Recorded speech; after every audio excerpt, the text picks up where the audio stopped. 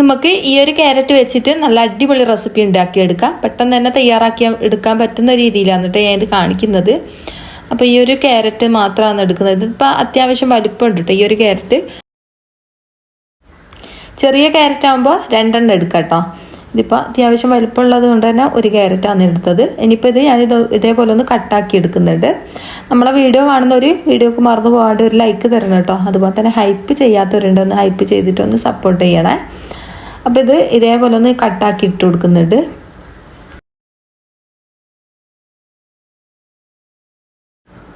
അപ്പോൾ ഇത് നമ്മൾ മിക്സിൻ്റെ ജാറിലിട്ട് അടിച്ചെടുക്കാൻ വേണ്ടിയിട്ടാണ് കേട്ടോ ഇതേപോലെ ഒന്ന് കട്ടാക്കി ഇട്ട് കൊടുക്കുന്നത്. കട്ടാക്കി ഇട്ട് കൊടുത്താൽ പെട്ടെന്ന് തന്നെ തരികളൊന്നും ഇല്ലാണ്ട് നമുക്ക് പെട്ടെന്ന് തന്നെ അടിച്ചെടുക്കാൻ പറ്റും. പിന്നെ നമ്മളെ വീഡിയോ കാണുന്നവർ ചാനലൊന്ന് സബ്സ്ക്രൈബ് ചെയ്തിട്ടൊന്ന് സപ്പോർട്ട് ചെയ്യണേ. നമ്മൾ ഇതേപോലത്തെ വെറൈറ്റി ആയിട്ടുള്ള വീഡിയോസ് കുറേ അപ്ലോഡ് ചെയ്തിട്ടുണ്ട് കേട്ടോ. നിങ്ങൾക്ക് വേണമെങ്കിൽ ഒന്ന് കണ്ടു നോക്ക്, എന്തായാലും ഇഷ്ടമാവും കേട്ടോ. അപ്പോൾ ഇതേപോലത്തെ വെറൈറ്റി വീഡിയോ വേണമെങ്കിൽ നമ്മളെ ചാനലൊന്ന് സബ്സ്ക്രൈബ് ചെയ്തിട്ടൊന്ന് വെക്കുക. എന്നാൽ ഞാനിടുന്ന വീഡിയോ നോട്ടിഫിക്കേഷനായിട്ട് നിങ്ങൾക്ക് വരും കേട്ടോ. അപ്പോൾ ഇതാ മുഴുവനായിട്ട് നമ്മൾ ഇതേപോലെ ഒന്ന് കട്ടാക്കി ഇട്ടിട്ടുണ്ട്.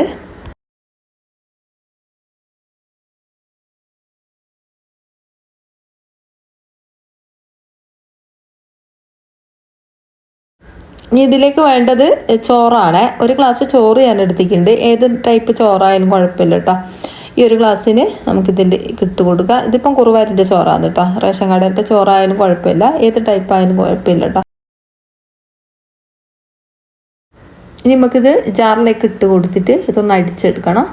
അപ്പോൾ മുഴുവനായിട്ട് ഞാൻ ഇതിലേക്ക് ഇട്ട് കൊടുക്കുന്നുണ്ട്.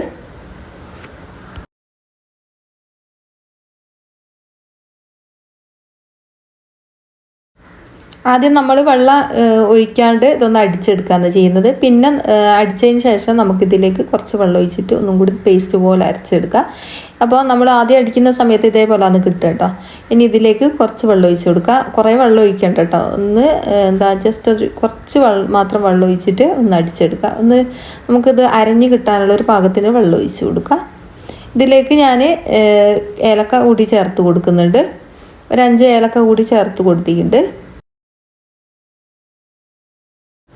അപ്പോൾ ഇതാ നല്ലോണം അരഞ്ഞ് കിട്ടിയിട്ടുണ്ട്. ചോറും അതുപോലെ തന്നെ ക്യാരറ്റും നല്ലോണം അരഞ്ഞ് വരണം കേട്ടോ. പിന്നെ ക്യാരറ്റിൻ്റെ ആ തരി ഇങ്ങനെ ഉണ്ടാവും, കുഴപ്പമൊന്നുമില്ല. ഇനി പാനൊന്ന് ചൂടാൻ വെച്ചിനു, അതിലേക്ക് ഒഴിച്ചു കൊടുക്കുക.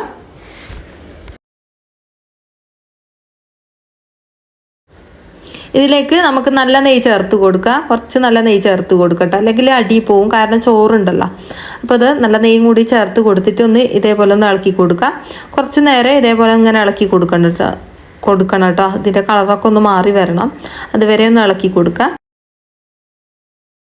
ഇനിയിപ്പോൾ കുറച്ചും കൂടി നെയ്യ് വേണമെങ്കിൽ നോക്കിയിട്ട് നമുക്ക് ചേർത്ത് കൊടുക്കാം. അപ്പോൾ ഇതാ ഇതുപോലെ ഒന്ന് ഇളക്കി കൊടുക്കാം. നമുക്ക് നല്ലോണം ഇതിൻ്റെ കളറൊക്കെ ഒന്ന് മാറി വരണം കേട്ടോ. നമ്മളിപ്പോൾ ഹൽവ ഒക്കെ വിരകുന്നില്ലേ, അതുപോലെ ഒന്ന് വിരകി കൊടുക്കുക. കുറേ നേരം ഇങ്ങനെ വിരകേണ്ട ആവശ്യമൊന്നുമില്ല കേട്ടോ. ഒരു 5 മിനിറ്റ് ഇതേപോലെ ഒന്ന് ഇളക്കി കൊടുക്കുന്ന സമയത്ത് തന്നെ ഈ ക്യാരറ്റ് വെന്ത് കിട്ടും.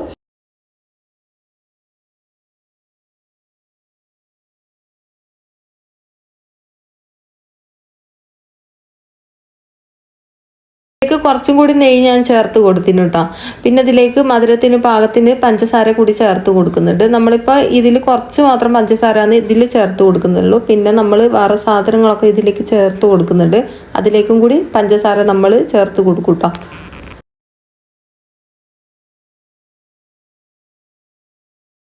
ഇപ്പം പഞ്ചസാരൊക്കെ ഒന്ന് മെൽട്ടായിട്ട് ഇതിൻ്റെ കളറൊക്കെ മാറി വന്നിട്ടുണ്ട് ഏകദേശം. അത് ക്യാരറ്റൊക്കെ വെന്തിട്ട് അതിൻ്റെ ടേസ്റ്റൊക്കെ ഒന്ന് മാറി വന്നിട്ടുണ്ട് കേട്ടോ.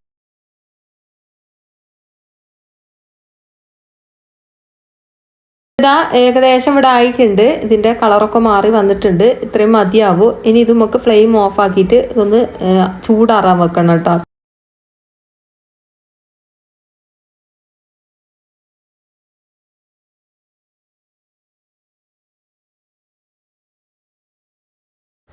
ചൂടാറിയതിന് ശേഷം നമുക്കൊരു ജാറിലേക്ക് ചേർത്ത് കൊടുക്കാം. നല്ലോണം ചൂടാറിയതിന് ശേഷമാണ് കേട്ടോ ജാറിലേക്ക് ചേർത്ത് കൊടുക്കാൻ പാടുള്ളൂ. ഇതിലേക്ക് മുട്ട ചേർത്ത് കൊടുക്കാം. ഞാനിവിടെ 8 മുട്ട ചേർത്ത് കൊടുക്കുന്നുണ്ട്.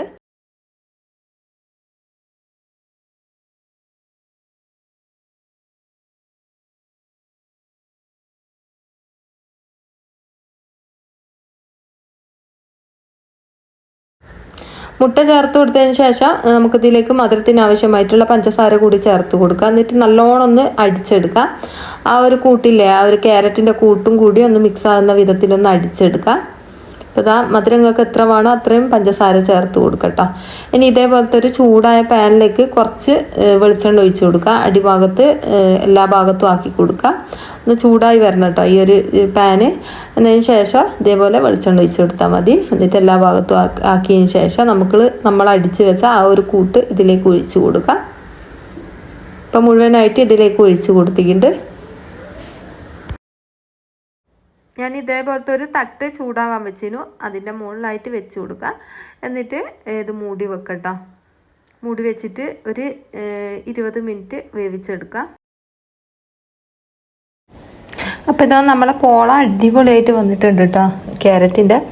ഇത് മോൾ ഭാഗം ഇതേപോലെ ഒന്ന് തൊട്ട് നോക്കുന്ന സമയത്ത് ഒട്ടും ഒട്ടിപ്പിടിക്കില്ല കേട്ടോ കയ്യിൽ. അപ്പോൾ ഇത് കറക്റ്റ് പാകമാണ്. അപ്പോൾ ഇതാ ഞാൻ ഇത് കട്ട് ചെയ്തിട്ട് കാണിച്ചു തരാം.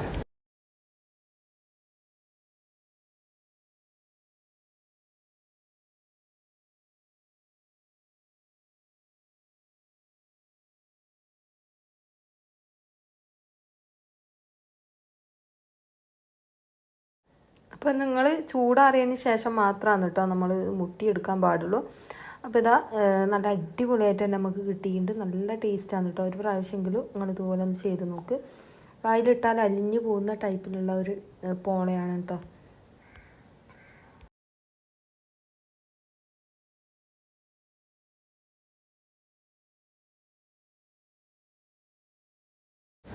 അപ്പോൾ ഇത്രയേ ഉള്ളൂ ഇന്നത്തെ വീഡിയോ.